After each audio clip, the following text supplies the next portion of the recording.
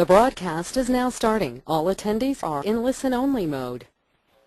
Hi, everybody. Mike Wyatt here. Welcome to a wonderful Tuesday Lunch and Learn. It's a glorious day, May 7th, and I'm here with my good friend and partner, Terri Murphy, and we're here to share some important information today, hopefully to build the relationship between the mortgage professional and their realtor referral partners. And what Terri and I are going to work on today is something that we thought was really going to be really important and timely for you guys. So with that, I'd like to get Terri on board here to say hello and get us all started. Hey, good afternoon, everybody, from beautiful Memphis, Tennessee, where we are suddenly not so soggy after being like bombarded with water. But today is really an important day for me because there are so many agents that are not understanding the value of being able to work together to get a transaction closed. And that's what we all want, Mike. So today we're going to talk about the 3 top tips that guarantee to close more deals. And I'll bet everybody on this call wants to do that. So, Mike, you and I have been working together forever. What realtors and loan originators can really do to make more deals close and go more smoothly? So, in your opinion, that should be what? Well, the reality of this thing is that we all know how a transaction works. We all know the things that can happen, and more importantly, we know the things that can go wrong.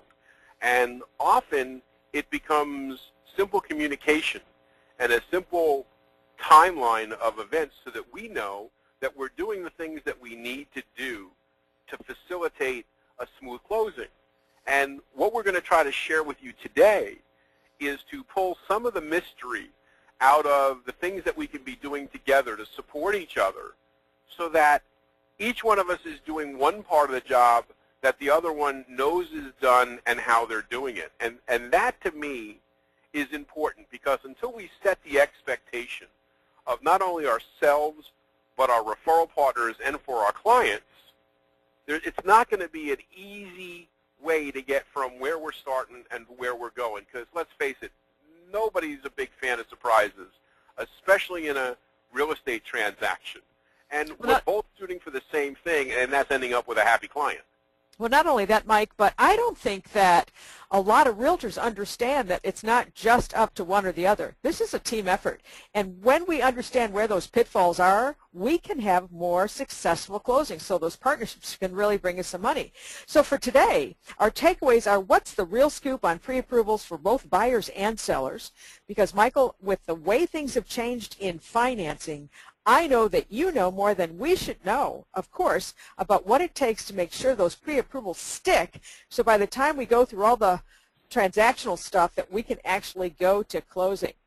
Which brings us to the second point, which is, oh my God, you're expecting to close? Well, there's been some new developments that can really make that a nightmare, and I want to make sure everybody on the call understands we've got some solutions here. The third thing we're going to cover is the shocker, why some of these condos aren't getting closed and what we don't know, which has happened just recently. And then, of course, those appraisals on what happens when they don't work out perfectly. So we know that we're really got 3 key items, but the real scoop is what can we do for those buyers and those sellers. So, Michael, what I thought we would do is why don't you talk about the 2 sides of the transaction and how that applies to our call today. Well, thanks, Terri. The important thing that we've got to deal with is that on both sides of our lives become the buyer side of the transaction and the seller side of the transaction. Often they're isolated. Now, from the mortgage side of things, we've always looked at realtors, and we never really much thought about anything other than getting in front of their borrowers. It's sort of been our focus to talk to them, hey, do you have anybody that needs a mortgage? And we really haven't paid a lot of attention to that listing side of that transaction. And what I've tried to help my loan originators realize is that by supporting the realtor with their listings, not only helping them find listings, but working with the listings that they acquire, that they can often make the difference in certain transactions. And the example is, most everybody who's selling a house is likely going to go buy another house, and they'll probably need a mortgage, and they're probably going to need a realtor. And getting them ready for that just as early as possible helps that realtor in so many ways. Because, you know, one of the things that I've come to find is how great is it when a mortgage professional can help their realtor partner negotiate a price reduction on a home. Because you know as well as I do, Terry, somebody gets hung in and there's a deal and they get like $5,000 apart on the price and everybody digs their heels in and won't go anywhere. And it's amazing to sit there that the mortgage professional can often look at this and say, hey, not for nothing, you can't get to your final goal, which is that next house, if you don't sell this one. And that $5,000 sounds like a lot of money, but to be honest with you, it's like $35 a month. And oh, by the way, if you don't buy now, are you ever going to get that other home? So those can be a big thing, is understanding that not only is there the purchase side, which is extremely important, and we'll deal with more of that later, but the listing side of the transaction is something that mortgage professionals and their realtor partners really need to embrace with each other to make sure that that listing person is ready, willing, and able to sell when they get that right offer. Not only that, Mike, but here's something that agents need to know. That listing, if you get a listing, you've got to know everything about how much they are either indebted to that house or what they're going to need to go to the next property. And if you don't know that, all the great buyers in the world aren't going to get that thing to close. And there's so much revenue on the table for every closing. So when you have your loan professional there helping you market, doing the, where we talked about that on our last call, the 10-10-20s, and help us find your new neighbor, making sure that that seller can buy, then you get a listing that will sell, because if they can't afford to sell it, you can't get them another house, A, and B, you're not going to get a listing sold. So it's an important, critical connection and bridge between the loan originator and the realtor to work in a concerted effort to get that seller out, get them qualified, and get that buyer in and get them qualified so everybody gets what they want at the end of the transaction. You know, I couldn't agree more. I think that the important part about that is stepping back and looking at the big picture. Because without looking at the big picture, both how can the realtor help the mortgage professional do a better job? How can the mortgage professional help the realtor do a better job? And sometimes it's simple as just sitting down and talking to one another and laying things out on the table so that we're both on the same page working for the same outcome.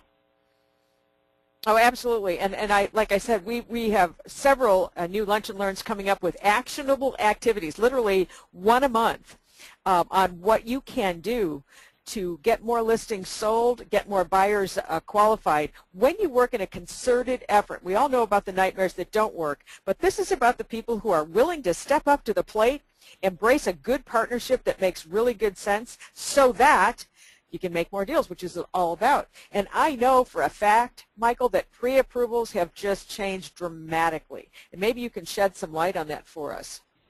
Well, Terry, you know, there's never been as much change in the mortgage industry as there's been over the last few years. It seems like almost every day there are more regulations, there are more guidelines, there are more things that you can't do, or ways that we have to change what we've always done.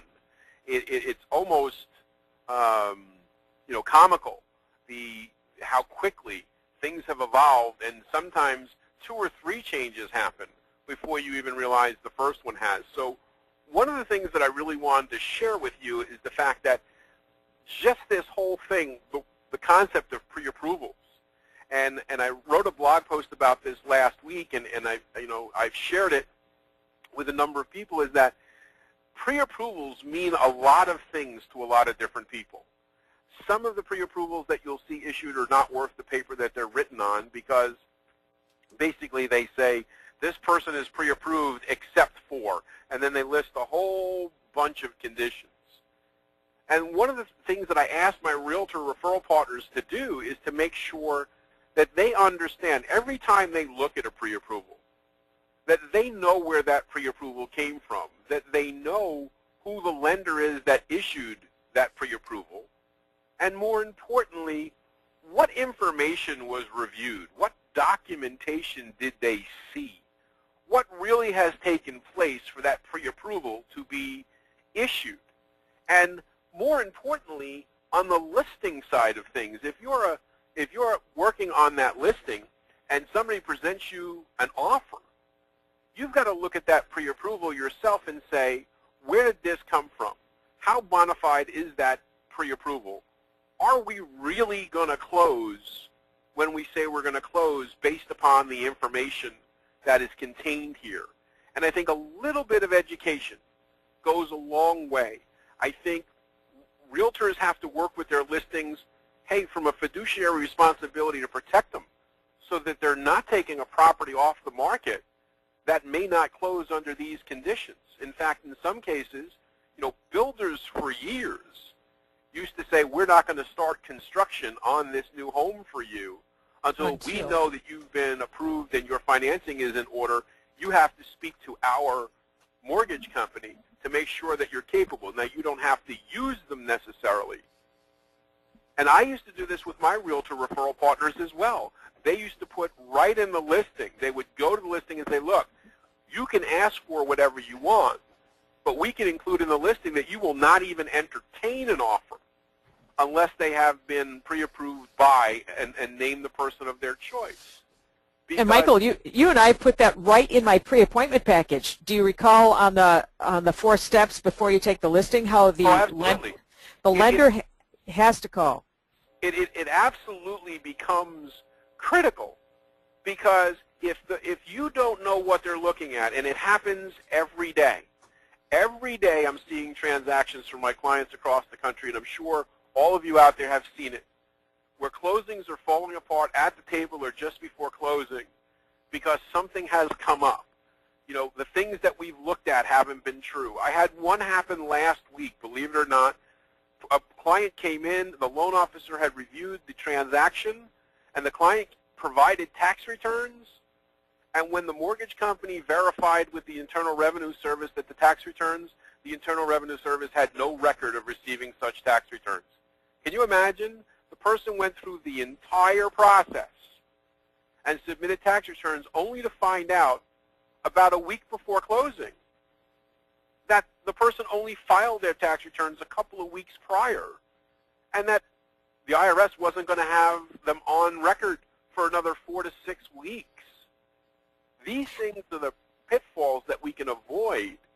These are the things that we can get around, especially now. I know many of you across the country are seeing multiple offer situations. And how do we pick and choose?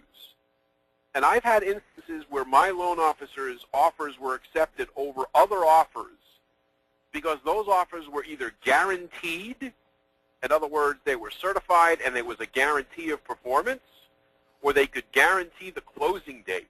And those become very big, important things in this particular market. Well, Michael, not only that, but as realtors, do you know what a nightmare it is to have your people packing up everything only to have that transaction fall through? And something like filing taxes, we have a checklist when we go in for that listing. Did you file taxes? Oh, yeah. Well, did we mention we just did it yesterday? That's all going to have an effect. We have to be the warrior behind those buyers and sellers so that the experience works. Because we know NAR says there's 62% of all of the sales last year went to Gen X and Gen Y, and although they think they know everything, again, the experiential part of this says we know what to ask.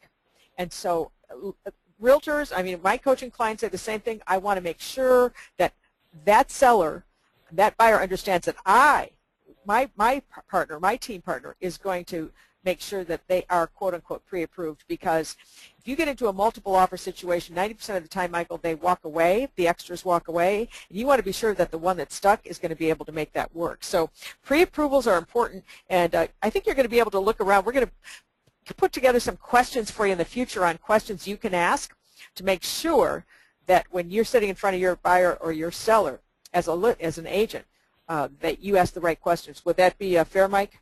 Oh, absolutely. But most importantly, just ask the question. Look at the letter. Look who issued the letter. Pick up the phone and call them and ask them very simply, what did you look at? What procedures did you go through before you issued this pre-approval? And if they told you, well, the client told me that they had great credit, and the client told me that they made a lot of money, and the client told me they had a lot of money in the bank, probably not the direction you want to be going in. Excellent. Well, Michael, we know that we started this with how important it was for us to get the real scoop on these pre-approvals. And of course, we absolutely want to be sure that if we get to that closing table that we can close. So a smooth closing is something that we really, really want. And the reason for that is because it's a highly emotional time. People are vulnerable. They're assuming that you understand everything that's going to happen there. And there's a couple of people involved in that closing that we can't control. If you close in a state where there's an attorney, you can have a whack job attorney that didn't do his job. The other agent, and I'm saying this with love in my heart, if I was the agent for the seller, which I was a lot of the times, I would make sure that the buyer side was covered only because I couldn't trust that agent to be sure that everything was in gear on their end. So, Michael, one of the things that we talked about was what can we give tips to our agents on the line that are looking to represent buyers in a closing? And if you'll just talk about what those last-minute purchases can do to mess that up. Well, certainly the things that really get you is being certain, and all good loan originators, they tell their clients, don't go out and buy a new car, don't go out and buy new furniture for the house, don't go out and apply for new credit, because what happens is you know, people sometimes they don't think. They hear the loan is approved, you're scheduled, you're cleared to close, we're going to close next week, and for whatever reason, this disconnect happens in their mind, and they say, well, now that I have this new house, I need a new car to go in the driveway. Oh, or how about a new refrigerator because one wasn't included, washer and dryer. Now I need all new furniture.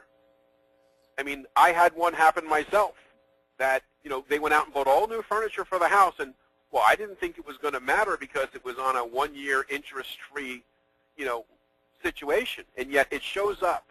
And every day, just so everybody knows, okay, right up until the last minute, the day before closing, all this stuff gets verified again. They pull another credit report to check. They call the employers to find out that they're still working. And trust me, it's going to happen that somewhere along the line, somebody is going to just, for whatever reason, do something silly. And I've had it happen where they quit their job. I mean, you just never know. So the point is having that conversation. The mortgage people should certainly be having that conversation with the client up front. But the same thing is from the realtor side of things, and a lot of times realtors can communicate in a much more meaningful way than the mortgage professional can, because the realtor has shared the experience of the home.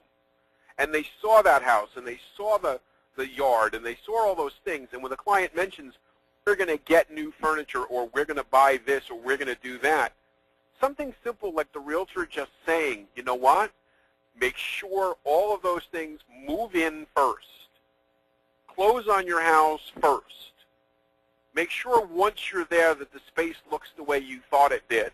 And then if you want to go get new furniture and everything after you've closed, that would be the time to do it, simply for two reasons. First of all, you don't want to acquire any more debt right now. But secondly, get into the space first, and then go out and add the pieces later. Exactly. And we just want to be really careful, realtors, especially on appliances. Refrigerators can be an expensive commodity. Washers and dryers, things that are not always included in a sale, can change with one silly millimeter that credit score. So we want to be really careful to not advise, and we don't give advice, but we can just recommend that they wait until the day after closing to get those things bought in or delivered. It doesn't hurt to in my opinion, Michael, to once they've sat with a loan originator, to reinforce that as they get illusions of grandeur as they buy property. Well, absolutely. And the second other issue that can really mess up a closing are inspection snafus. Now that varies from state to state, as we all know. But when something is cited, and this is especially it happened as well with VA or FHA loans, but in any case, if there was something that had to be remedied, you just can't say, well, it was done. In some cases, the inspector has to go back through and re-inspect. If it was a a civil engineer was called in. There's a number of reasons for this, and that is to cover our selves, okay? We want to be absolutely sure that we don't get stuck with somebody who didn't do a good job. How you handle it with your client, as an example of, Michael, what has been a lender issue with properties that don't meet their criteria? Well, a lot of this, Terry, has to do with what type of loan that they're looking for. Some of, different loans have different requirements. And, things about, some things that will go through on a conventional loan may not work on a FHA or a VA loan. So a lot of those items will come up. The other important thing about inspections that you have to be aware of, and where this becomes important, is the fact that not every time can the remedy just be as simple as saying, well, we'll just reduce the price, or we'll do this, or we'll do that, because sometimes the loan will not allow you to make those adjustments. They will not allow you to change those circumstances. And that may require redisclosing the loan and waiting a period of time for redisclosure. The laws have changed so much that it's not as simple as just sitting down at the closing table and giving them a $5,000 credit to fix this thing and changing the price. It doesn't always work that way. Many of these items have to be taken care of and either included in the transaction up front or taken care of outside closing.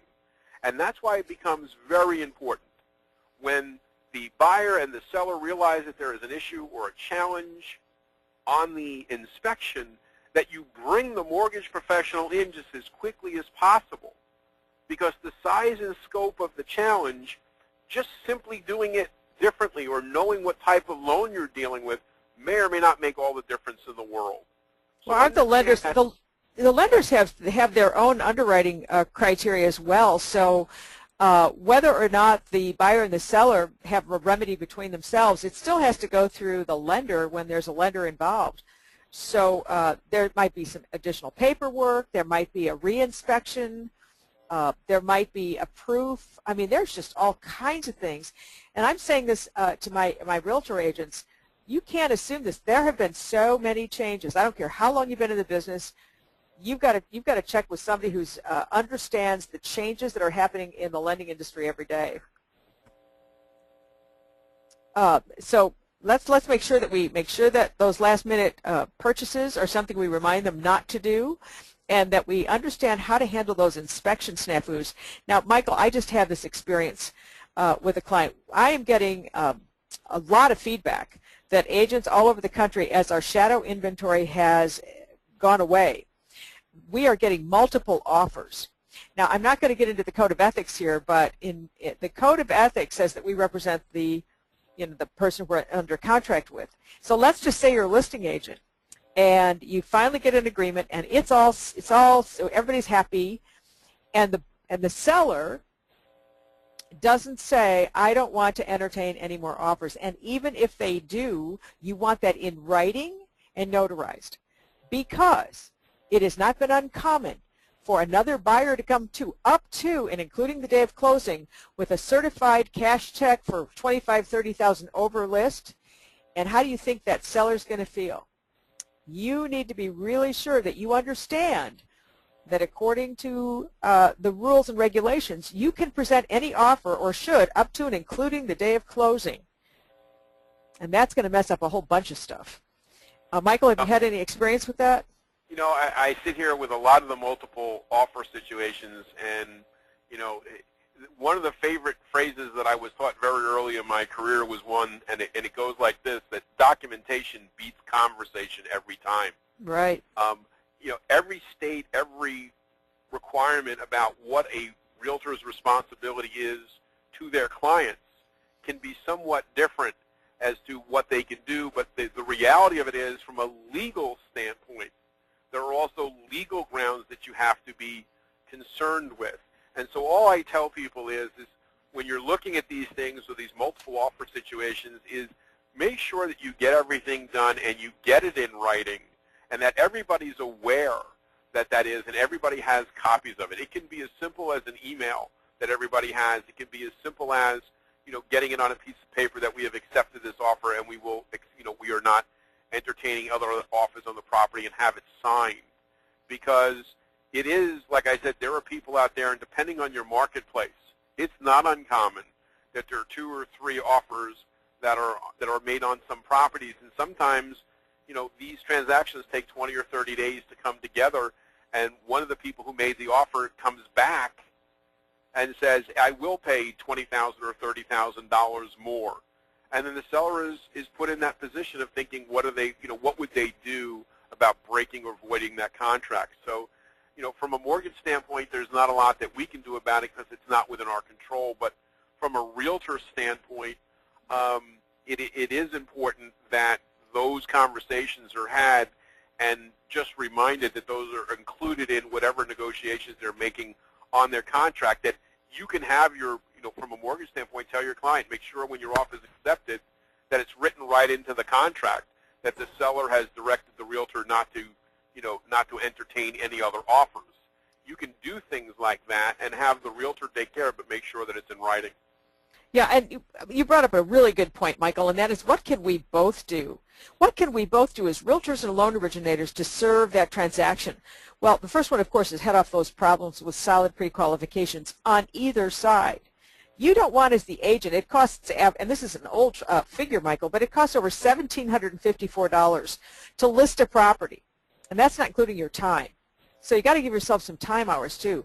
But by the time you get done doing all the work to list a property, only to find out that seller is a mess. That house is a mess. We don't have any money to fix it. We don't have enough money. We're underwater. You need to understand everything about the pre-qualification. And Michael, you know, in the old days we used to do the 28, 33, 36%, blah, blah, blah. Don't do that. Bring in your professional.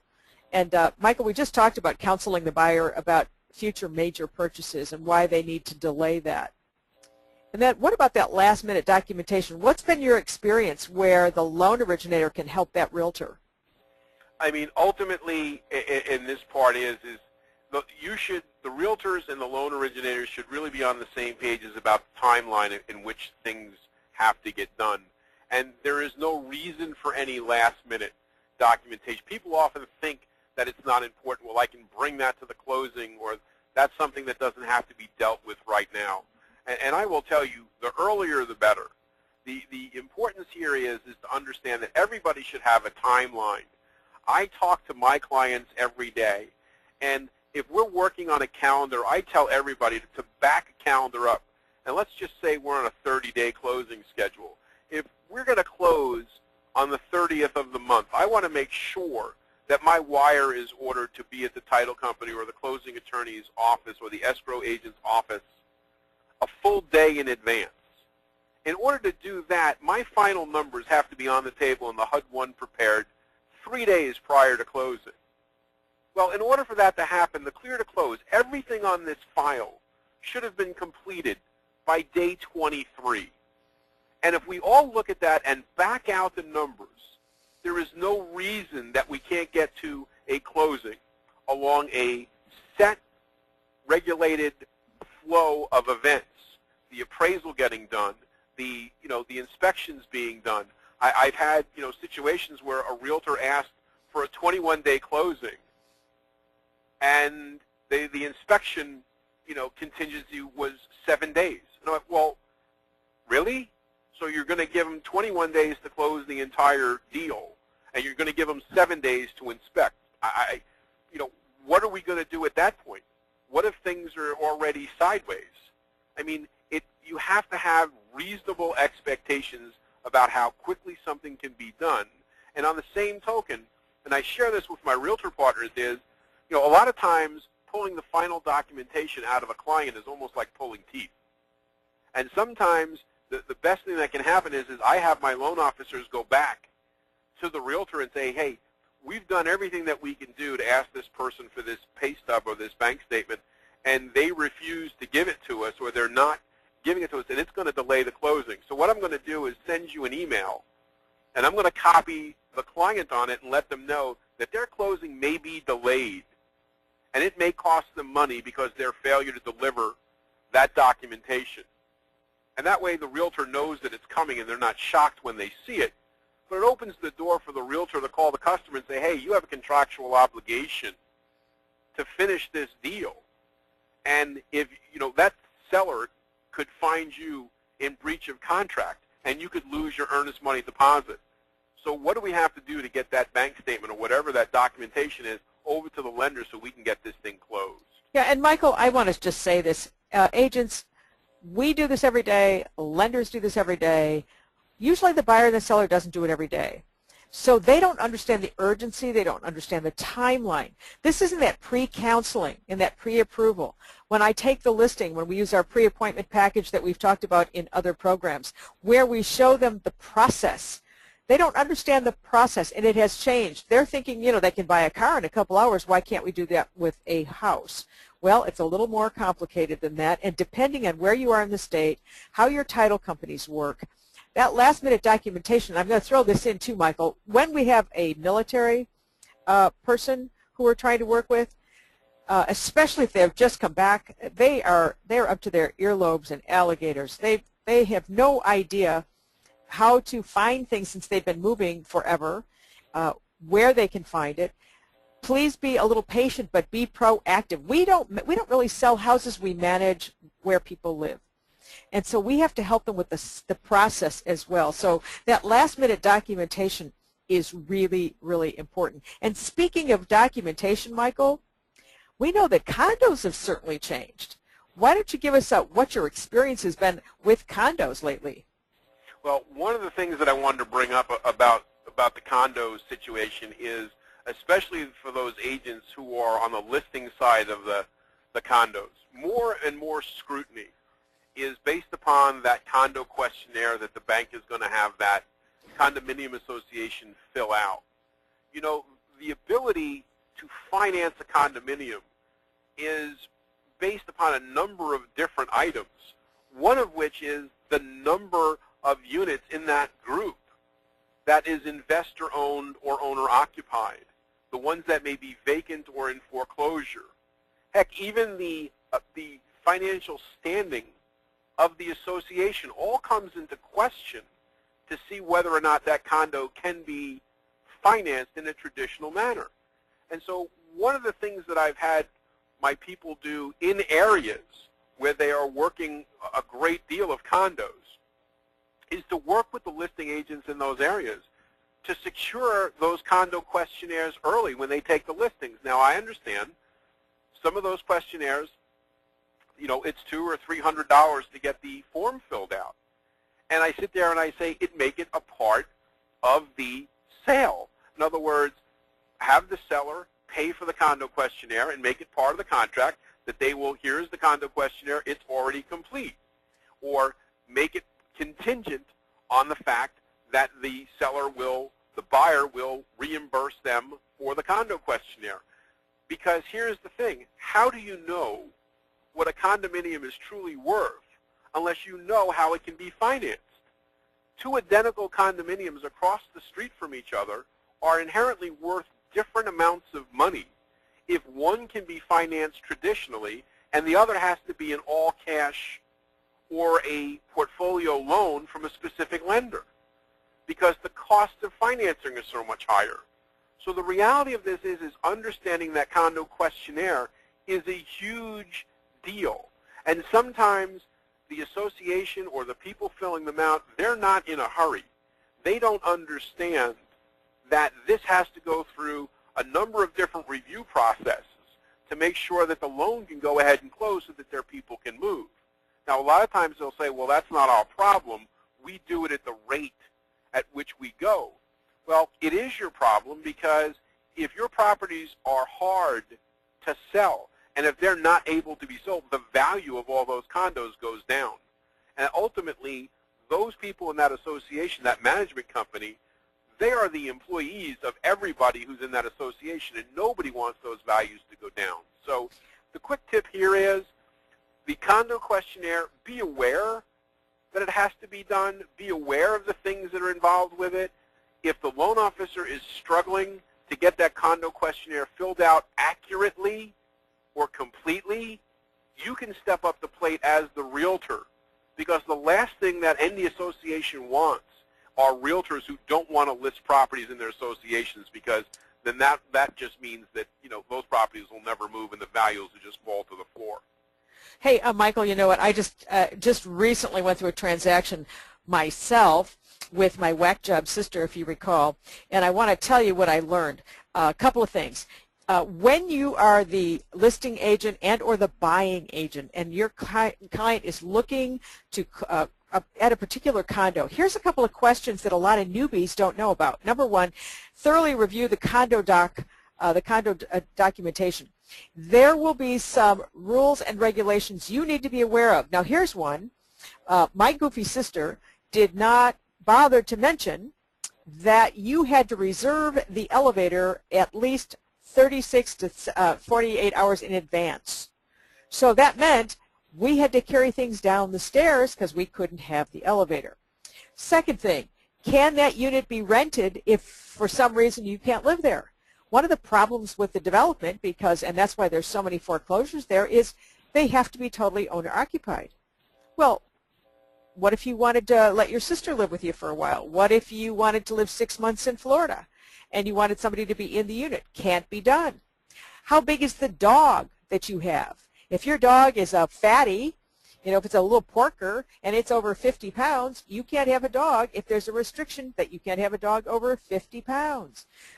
So you want to be really careful about those condo docs. And one of the things that I did, because oftentimes there was a cost, and this also, Michael, goes with homeowner associations, is get a copy, even if you have to buy it, and then again pass on the costs, and make sure they're reviewed by, if there's an attorney involved, and make sure your lender knows. Because there's lending limitations, as Michael talked about earlier, about owner occupancy and investors and foreclosures in the area. What else can you add to that, Michael, so we can help these people not have this complication? It's like anything else, Terry. The information is the information. Whatever it is, let's get it out there early and be all aware of it so we can find the solution. The mortgage industry, there are a lot of different ways of doing things. Surprises are never good. Nobody likes surprises, but if we know what the issues are going up front, your lender can be a big help in helping you understand what it's going to take to be able to finance that property. Yeah, well, you're absolutely right. And speaking about financing and issues, how about those appraisals, Mike? Want to tell us a little bit about what's been going on with appraisals? Well, it's not any shock to anybody that we're getting multiple offer situations, and it appears that prices are starting to rise. But we have to go back to the same understanding about appraisals, is the fact that closed comps are the ones that we really need, and those are the ones that we're going to hang their hat on. In everything else that is appraisals is the fact that it can all become, subject to interpretation. So one of the quick things that I tell my lenders to do is to make sure that they let both agents know. And I'm sure you all know, but there are some agents out there that don't remember that loan originators are not allowed to speak to appraisers anymore. There's a law that says we're not allowed to directly communicate with the appraiser, which is why I ask my loan originators to speak to both the listing and the buying agent and say, look, I know you guys negotiated the price for this property. Please get together the comparables that you both used to negotiate this price, and make sure that whoever's meeting that appraiser at that property, that you hand deliver them to that appraiser. Now, the appraiser may not want them. The appraiser may say that they'll already see them. But let me tell you something. As agents, you can still speak to the appraiser, where the lender can't speak directly to them. And the time to make sure that they have the information about what price they're going to come up with is before they put a pen to paper and written down the number that they think the property is worth. So understand in your market how long are appraisals taking. Understand the trends on whether the appraisers are keeping touch with the rate of property appreciations and what they're given credit for. And mostly, make sure that as a realtor, that you're having whoever meets that appraiser, make sure that they have those comparables in their hand, because ultimately it's going to be the realtor and their professional knowledge that that appraiser is going to use to determine their price, much more than anything the mortgage company is ever going to be able to do, because, like I said, it's been taken largely out of our hands. So good point. A big part of that big part of that solution that is ultimately a problem, because I know I've heard agents turn around and tell, mortgage people say, my God, the appraisal came in short. And then everybody says, well, the bank made the appraisal come in. Well, no. Believe it or not, we have nothing to gain from that. The appraisers, by law, are so independent of the thinking that we're not even allowed to speak to them directly. And Michael, that's a perfect, I just want to throw this in there. Agents, do not assume that appraiser knows the area. We find now that different lenders, because of where they are, they'll just go to a list. And what I'm saying to you is this: I have always been the resource for my appraisers. I always dig deep. I bring in the receipts, if the seller has them, for improvements that were made, especially those that aren't visible. I take pictures. I make sure that they understand all the competition. If I'm trying to support the price of the value of a property, I am armed to the teeth with things to help that appraiser, so that it's fair and it's all in truth and authenticity and transparency. But you help them, because they will not go through the work that you will go through. They don't know the difference if they don't pay attention to school districts, redistribution of property lines, all that stuff. Now, here's something else, Michael. In recent years, the property taxes have not been aligned with the values of the property. One of the questions I want to ask, especially on a condo, have you challenged your property taxes, or even on a single family? Because in many cases, people will look at the condo and the price will be okay, and then they'll look at the taxes and go, holy smokes, between that and the assessment, I can't do this. Ask. Just simply ask. And those are a couple of pretty good tips, Mike, on what we can do to help people get more sales closed more effectively. What do you think? Oh, absolutely. I think a lot of this is having open communication, understanding that both of us are in this together. One of the things that when you and I first started, working on together is we understood the value of the partnership so much that, we spent a good part of the last, 10 to 15 years having this dialogue and this conversation, eventually leading to this series ourselves, because we know we can make the job of selling homes and financing them easier for the people that are involved, because it truly is a golden partnership. When you have a mortgage professional and a realtor that are working hand to hand together, it's amazing how many transactions you can close in a short period of time without all the stress and all the bother, because it just becomes a natural combination of two people working together toward a common goal. Well, it's a real differentiator, agents, at the listing table. It's a real differentiator when you use a pre-appointment system. It's a real differentiator when you've got a wild market and you want to instill that confidence in your buyer or your seller.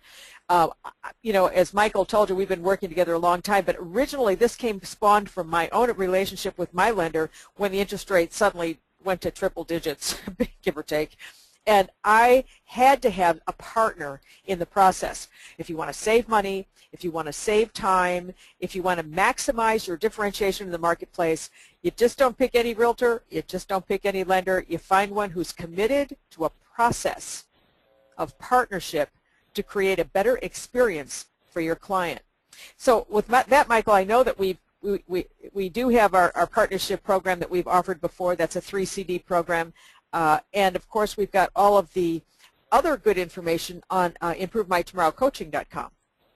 Yeah, Terry, and for those realtors who are on the call right now, you were either invited by a mortgage professional or you are somebody that was invited by Terri themselves Terri herself to come on here. And if any of you have not heard the CDs that we did together, each one of the mortgage professionals that have invited you has a copy of these. And if you haven't been able to listen to a copy of these, please let us know, and we'll get a set over to you so you can listen to them, because you will find that they will be very helpful in this relationship. And Michael, we've been at this for a while. We finally formalized our relationship, and he has a wife and I have a husband, so I don't want to mislead anybody here. But we just know that right now this is the most incredible window of opportunity for both agents and loan originators that get it, the survivors of the market, the people who have been innovative, creative, dedicated, committed. And so those people do coach with Mike at ImproveMyTomorrowCoaching.com, and on that site is an enormous amount of documents, ebooks, white papers, letters, or tools. And so, Michael, you've kind of given him a much easier email address than the last one. Mike at IMT Coaching, that stands for Improve My Tomorrow's MyTomorrowCoaching.com. And then for realtors, we're gearing back up at More United. That M stands for Mortgage Originator, R is for Realtor, R-E, United, moreunited.com, and murphyonrealestate.com. So if they have any questions, we want them to go to Improve My Tomorrow Coaching right now. Give us your questions. Tell us what you'd like to hear. What could we do to tap the intellectual and experiential capital of both realtors and loan originators that have been there, done that? Because as one of the top 5 elite in the country, I love coaching realtors to get more out of their careers so they can have a great life. And so they would just go to ImproveMyTomorrowCoaching.com and post a good question or a comment so we can make this better for you. And Mike, I want to be sure that everybody marks their calendars right now for our next session. Yep. We're looking at Tuesday, June the 11th, same time. We're going to keep running these once a month. If this is the first time that you've been on this call, we appreciate your time. Hopefully you'll come back and visit us again and maybe bring a friend, because the only way that we're going to get better at working together is by putting a plan out there where we both benefit from having a better outcome based upon the opportunities each one of us can come up with. So, Improve My Tomorrow Coaching is here. More United is here. We're doing what we can to improve this relationship on a daily basis, and that's why the company is called what it's called, is Improve My Tomorrow. You have to do something today that improves your tomorrow. And the mortgage and real estate business is one of those where just a simple connection.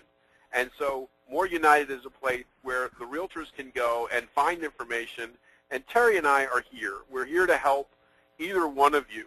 If there's anything that we can do, or there's anything that you want covered, just go to the website, send us an email, follow us on Facebook and Twitter.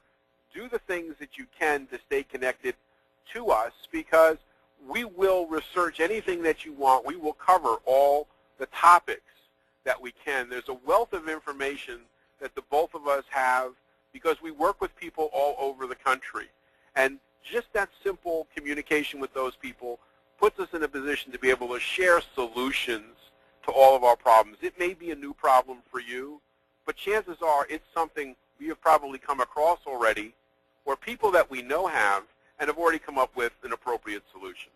Well, that sounds great, Mike. I'm looking forward to it. Hey, listen, be sure you let us know what we can do to help you help more people through Golden Partnerships. Thanks so much for joining us, and thanks, Mike. Thank you, Terry, and thank you all for being on the show. Take care of everybody. Bye-bye.